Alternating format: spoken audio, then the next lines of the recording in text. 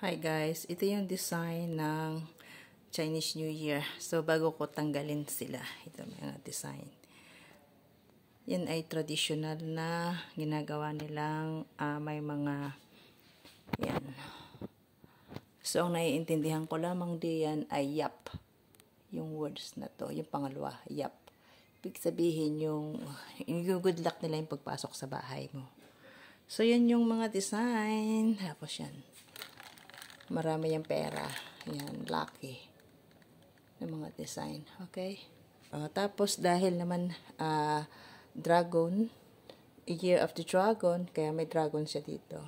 So, ito yung design. Lalagyan din ng mga good luck sila para maging good luck yung maganda yung pagpasok ng year nila dito. So, bago alisin yung mga decoration, yan, maraming pera. Yan, mga wish nila sa taong itong year na to. So, yan.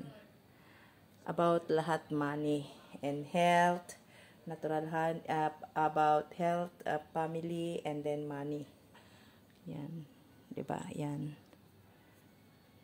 So, yan yung decoration natin. Yan. May mga decoration din sila sa yung mga nakasulat na yan.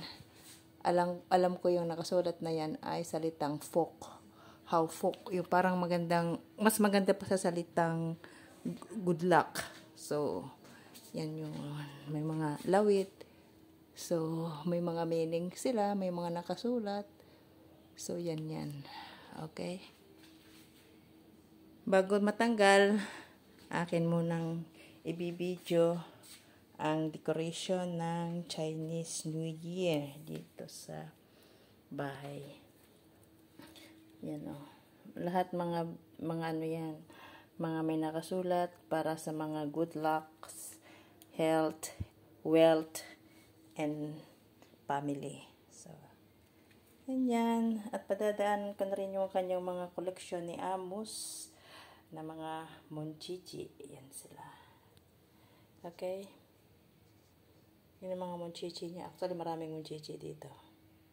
Yan, idinugtong ko na yung mga monchichi dito na kanilang dekorasyon. Yan, ang dami oh. Dami niya lahat monchichi yan. So, yan yung main door. May nakasulat din. So, yan.